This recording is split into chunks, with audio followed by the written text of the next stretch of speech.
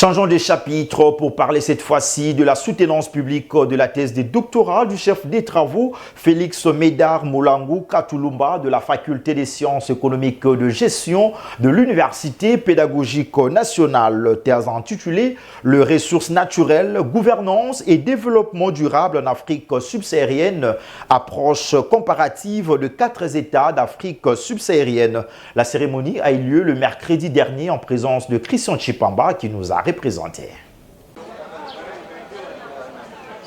C'est devant un jury constitué des éminents professeurs et d'autres personnes venues pour la circonstance que le chef des travaux Félix Médard Moulangou Katulumba a soutenu sa thèse de doctorat sur les ressources naturelles, gouvernance et développement durable en Afrique subsaharienne, approche comparative de 4 États d'Afrique subsaharienne. En brossant laconiquement le contenu de son travail, ce dernier a souligné que cette recherche met un accent particulier sur le rôle de la gouvernance économique pour une relation positive entre ces variables. Partant de l'hypothèse selon laquelle l'amélioration des conditions de vie de la population à partir de l'exploitation des ressources naturelles passe par une gouvernance économique de qualité, cette recherche fait constater que les taux élevés des croissances naturelles n'ont pas impulsé un développement économique durable, notamment à cause de la sous-exploitation de ces ressources, de la mauvaise gouvernance, de la faible participation de la population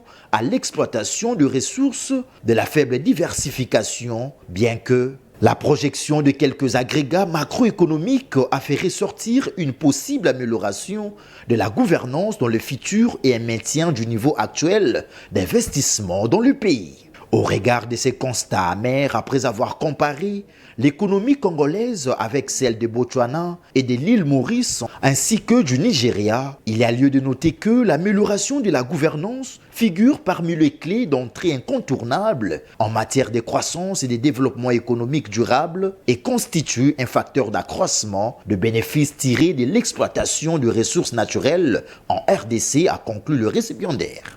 Au terme de jeu de questions et réponses et la délibération du jury à huis clos, le chef des travaux Félix Médard Moulangou a été proclamé docteur en économie mathématique avec la mention grande distinction. Voilà ce qui justifie son couronnement par le secrétaire général administratif de l'UPEN. Très ému du résultat, le nouveau docteur a précisé que l'île Maurice, c'est un pays pauvre, un pays qui n'a pas assez des ressources naturelles, mais qui arrive quand même à faire évoluer.